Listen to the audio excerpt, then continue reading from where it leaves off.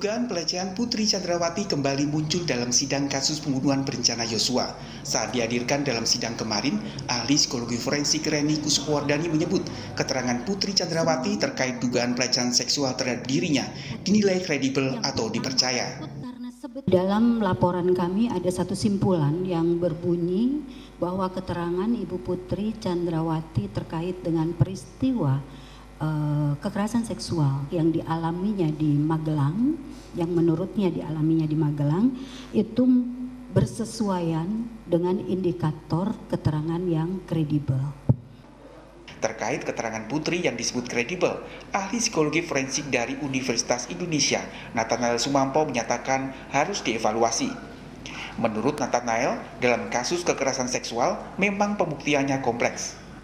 Tentunya harus dievaluasi. Jadi apapun yang diperoleh harus dievaluasi. Dan memang kalau kita lihat secara khusus dalam kasus-kasus kekerasan seksual, pelecehan seksual, ini memang ada kompleksitas dalam hal pembuktian. Kenapa? Karena dalam banyak kasus tidak tersedia alat bukti forensik teknis yang memadai, gitu ya. Tidak ada CCTV karena ini terjadi di ruang-ruang privat. Lalu kemudian hasil visum pun seringkali juga inkonklusif, gitu ya.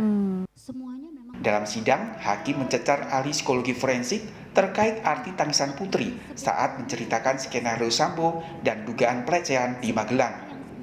Reni Kusumowardani menyatakan emosional tangisan Putri terkait dua peristiwa tersebut berbeda. Apakah ada informasi yang diberikan kepada saudara pada saat Putri itu menceritakan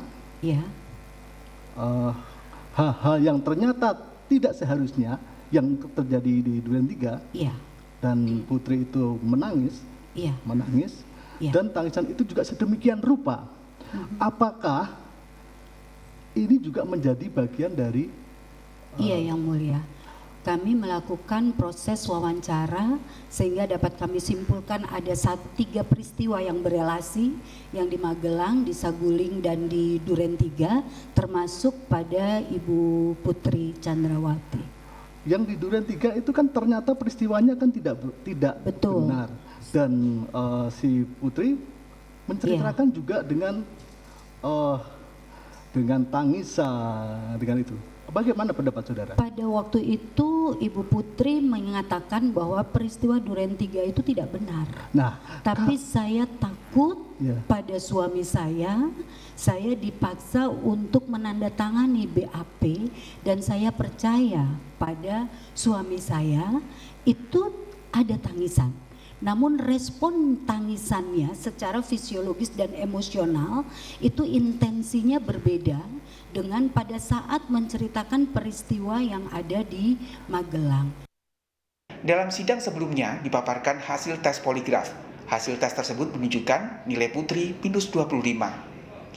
Menanggapi hasil tes tersebut sambil menangis, Putri Chandrawati mengatakan sebagai korban kekerasan seksual, pengancaman, dan penganiayaan. Bayangkan kepada Bapak selaku ahli kriminolog hanya membaca BAP dari satu sumber saja, karena saya berharap Bapak bisa memahami perasaan saya sebagai seorang perempuan korban kekerasan seksual, pengancaman, dan penganiayaan. Terima kasih. Itu saja ya. Dalam sidang kemarin, ahli psikologi forensik Reni Kusumowardani juga menjelaskan hasil pemeriksaan psikolog untuk seluruh terdakwa. Saat diberi kesempatan tanggapan, terdakwa Kuat Ma'ruf turut mengundang tawa di persidangan karena Kuat merasa kesal dituding berbohong. Mohon maaf Ibu, kalau Ibu menyimpulkan saya di bawah rata-rata, saya ikhlas Bu. Yang saya tanyakan, saya ini tipe orang pembohong apa yang tidak jujur apa gimana Ibu? Soalnya akhir-akhir ini saya sering disebut pembohong dan tidak jujur Ibu, dan saya sakit dan bahasa itu Ibu. Terima kasih Bu, padahal aslinya jujur ya Ibu. Kami tidak bilang bohong Pak ya, tidak ada indikasi manipulatif. Ya, terima kasih Ibu. Dalam sidang sebelumnya, Ferdy Sambo menyatakan kasus pembunuhan berencana ini bermula dari cerita Putri Chandrawati yang mengaku dilecehkan oleh Yosua di Magelang. Tim Liputan Kompas TV.